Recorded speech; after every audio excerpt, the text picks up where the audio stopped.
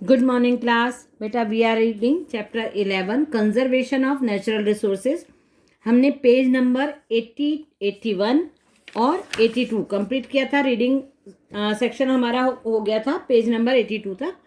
आज हम रीड करेंगे page number 83, protection from diseases and pets.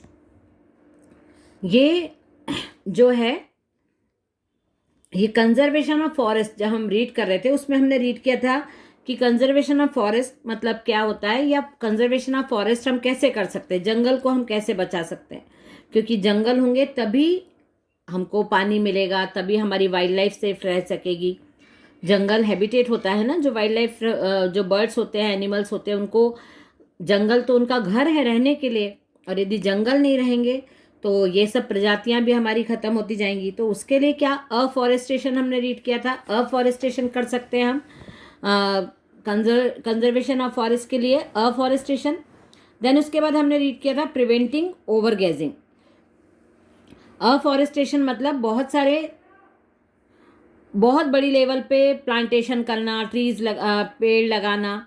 और प्रिवेंटिंग ओवर ग्रेजिंग मतलब जो ये शीप और कैटल्स को चराया जाता है, बकरियों को छोड़ दिया जाता है जंगल में चराने के लिए, तो वो क्या करते हैं, पूरे टाइम उनको वहाँ छोड़ देते हैं, वो चरते रहते हैं। और पूरी जो वो रहती है, क्या बोलते हैं, घास रहती है जो उगी हुई, वो पूरी तरह खा जाते हैं। तो जो मिट्टी बचती है वो बारिश से फिर बह जाती है। तो सॉइल इरोजन भी होता है इससे। और ओवर गैजिंग, यदि हम प्रिवेंट करते हैं ओवर ग्रेजिंग को तो उससे सॉइल इरोजन भी कम होता है। अब हम पेज नंबर 83 रीडिंग स्टार्ट करते हैं। Protection from diseases and pests. Disease and pests can be controlled by cutting down infected trees and using insecticides and pesticides. जो ट्रीज होते हैं कभी बहुत पुराने हो जाते हैं या उनमें कोई बीमारी लग जाती है, कीड़े लग जाते हैं, इन्फेक्शन हो जाता है, उनको ये दवाइयाँ छिड़क के इंसेक्टिसाइड्स और पेस्टिसाइड से उनको बचाया जा सकता है। उन पेड़ों को उनको काट सकते हैं जिससे दूसरे पेड़ भी इन्फेक्टेड ना हो। स्पेशल एफर्ट्स में क्या है, Chipko movement is in Uttarakhand and Appiko movement in Karnataka are special effort made by people to protect trees. लोगों के द्वारा भी ट्रीज को बचाने के लिए, प्लांट्स को बचाने के लिए उत्तराखंड में चिपको मूवमेंट है और एपिको मूवमेंट है कर्नाटका में। ऐसे मूवमेंट्स, ऐसे आंदोलन किए जाते हैं जिनमें क्या होता है कि पेड़ों को काटने से बचाया जाता है। तो चिपको मूवमेंट में लोग देखो ऐसे दिख रहा है, पेड़ से चिपक जाते हैं, पेड़ के आसपास खड़े हो जाते हैं, जिससे जो लोग ट्रीज को कट कर रहे हैं वो ट्रीज को कट ना कर पाए और ट्रीज को सेव करने का एक तरीका लोगों ने निकाला है। नो मोर में हम रीड करेंगे कि और हम क्या कर सकते हैं फॉरेस्ट को बचाने के लिए। Van Mahotsav and environment day are organised to create public awareness for the protection of the environment. Environment के प्रोटेक्शन के लिए, एनवायरमेंट को बचाने के लिए, एनवायरमेंट के प्रति लोगों को जागरूक करने के लिए गवर्नमेंट ने एनवायरमेंट डे सेलिब्रेट करना स्टार्ट किया है। मतलब पूरे हमारे भारत में होता है। वन महोत्सव ऑर्गेनाइज किया जाता है, जो फॉरेस्ट ऑफिस रहते हैं, वन विभाग जो होता है वो वन महोत्सव मनाता है। इसमें प्लांटेशन होता है और वृक्षारोपण किया जाता है, जगह जगह कार्यक्रम होते हैं, सांस्कृतिक कार्यक्रम किए जाते हैं। ऐसे कार्यक्रम किए जाते हैं, ऐसी एक्टिविटीज़ की जाती है गवर्नमेंट के द्वारा जिनमें लोगों को ट्रीज़ की इम्पोर्टेंस बताई जाती है, पेड़ों का महत्व बताया जाता है और प्लांटेशन किया जाता है। लोगों को जागरूक किया जाता है कि आपको पेड़ क्यों लगाना चाहिए। उनको बताया जाता है कि पेड़ से ही हमको ऑक्सीजन मिलती है, पेड़ नहीं रहेंगे तो हमारे यहाँ बारिश नहीं होगी, हमको खाने पीने को नहीं मिलेगा। तो ऐसी एक्टिविटीज़ उनसे करवाई जाती है और ऐसी एक्टिविटीज़ कंडक्ट की जाती है वन महोत्सव में या एनवायरनमेंट डे पर, जिससे लोग जागरूक होके और जंगल का महत्व, पेड़ों का महत्व समझ सकें। कंजर्वेशन ऑफ वाइल्ड लाइफ मतलब जो जंगल में रहने वाले जंगली जीव जंतु जानवर रहते हैं, इनकी लाइफ को हम कैसे सुरक्षित रख सकते हैं। क्योंकि wildlife is a precious gift of nature to us. Our wildlife consist of animals like lion, tiger, leopard, rhino, elephant, deer, bear, etc. ये जो एनिमल्स के नाम मैंने लिए ये सब वाइल्ड लाइफ एनिमल्स हैं. Some of these animals are facing extinction because man has started killing them for their fur, bones, horns, hides and tusks.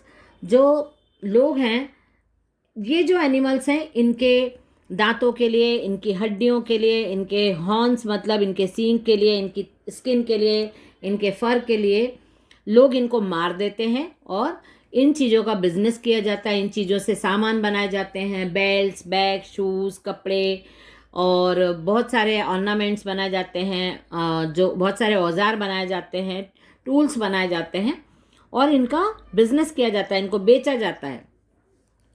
तो इन सब से यदि ये मर जाएंगे तो ये हमारी तो प्रजातियां ही ख़त्म हो जाएगी. Wild life sanctuary, wild life जो लाइफ है वो पूरी ख़त्म हो जाएगी. तो इसलिए इनको सेव करने के लिए क्या क्या हमको करना चाहिए वो यहाँ पे बताया. A number of wildlife and bird sanctuaries and national parks have been set up in India to protect the natural habitat of birds and animals. जो बर्ड्स और एनिमल्स हैं, जो वाइल्ड लाइफ बर्ड्स और animals होते हैं, उनको बचाने के लिए गवर्नमेंट ने wildlife sanctuaries and bird sanctuaries को स्थापित किया है. नेशनल पार्क्स बनाए हैं जहाँ पे इन लोगों को रखा जाता है, उनको सुरक्षा दी जाती है और इनकी लाइफ को सेव किया जाता है. Some important wildlife sanctuaries and national parks of our countries have been given below. यहाँ पे कुछ वाइल्ड लाइफ सेंचुरीज के नाम दिए हैं. Corbett national park Uttarakhand, Kanha national park Madhya Pradesh, Ghana bird sanctuary Rajasthan, Bandipur wild life sanctuary Karnataka, Guindy national park Chennai, Hazaribagh national park Jharkhand, Kaziranga wild life sanctuary Assam and यहाँ पे है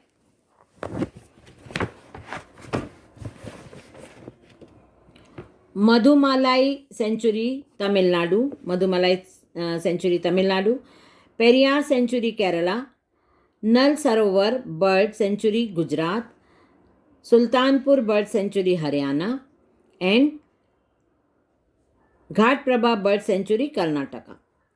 तो ये बर्ड सेंचुरी भी हैं और वाइल्ड लाइफ सेंचुरीज भी हैं, नेशनल पार्क हैं. ये हमारे भारत के जगह जगह अलग अलग प्रांत में हैं. इनके बारे में आप पढ़ सकते हो. किन्हीं ने तो यहाँ पे जाके देखा भी होगा, आपको पता भी होगा कि वहाँ जाके आप कैसे वाइल्ड लाइफ एनिमल को देख सकते हैं. बहुत बड़ी जगह में ये बनाया जाता है और यहाँ पे इन जंगली जानवरों की सुरक्षा के पूरे इंतज़ाम रहते हैं. यहाँ पे कोई भी जाके हंटिंग या फिर शिकार नहीं कर सकता है. यदि आपको देखना है तो आपको पहले परमिशन लेनी पड़ेगी, टिकट्स लगते हैं वहाँ पे अंदर जाने के लिए. फिर उन लोगों के जो इनके केयर टेकर्स होते हैं उन लोगों के साथ ही आप एंटर कर सकते हो इस एरिया में. और वहाँ पे आपको एक स्पेशल गाड़ी में ही बैठ के इस एरिया को देखना होता है. बहुत तरह तरह के जंगली जानवर आपको वहाँ घूमते फिरते बैठते अपने उसमें, कोई पिंजरे में बंद नहीं रहते, सिर्फ ओपन में रहते हैं, वहाँ पे घूमते रहते हैं. एक टाइप का जंगल जैसा होता है जहाँ पे आप नहीं जा सकते. उनका अपना जगह होता है उनके रहने का, उनको घूमने फिरने दिया जाता है, ओपन में खुले में छोड़ दिया जाता है. तो ऐसे नेशनल पार्क्स आपको देखना चाहिए. बर्ड सेंचुरी में भी बहुत सारे बर्ड्स होते हैं, तो वो सब आपको देखना चाहिए और जानना चाहिए उनके बारे में. यदि आपने नहीं देखा है तो कभी आप गए तो आप देखना, और नहीं तो आप गूगल पे भी इनके बारे में सर्च करके आप मोबाइल से भी पता लगा सकते हो. तो नेक्स्ट पेज नंबर 84 हमने बर्ड सेंचुरी और वाइल्ड लाइफ सेंचुरी के बारे में देख लिया है.